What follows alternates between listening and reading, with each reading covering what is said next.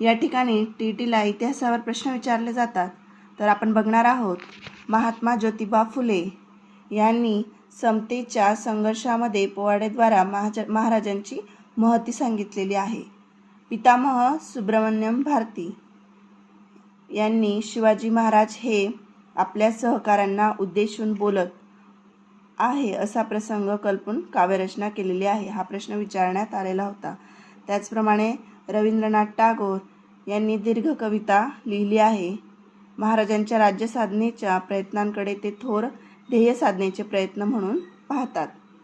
त्यानंतर सर जदुनाथ सरकार यांनी शिवाजी अँड हिज टाइम्स या ग्रंथात महाराजांच्या कार्याचा गौरव केलेला आहे.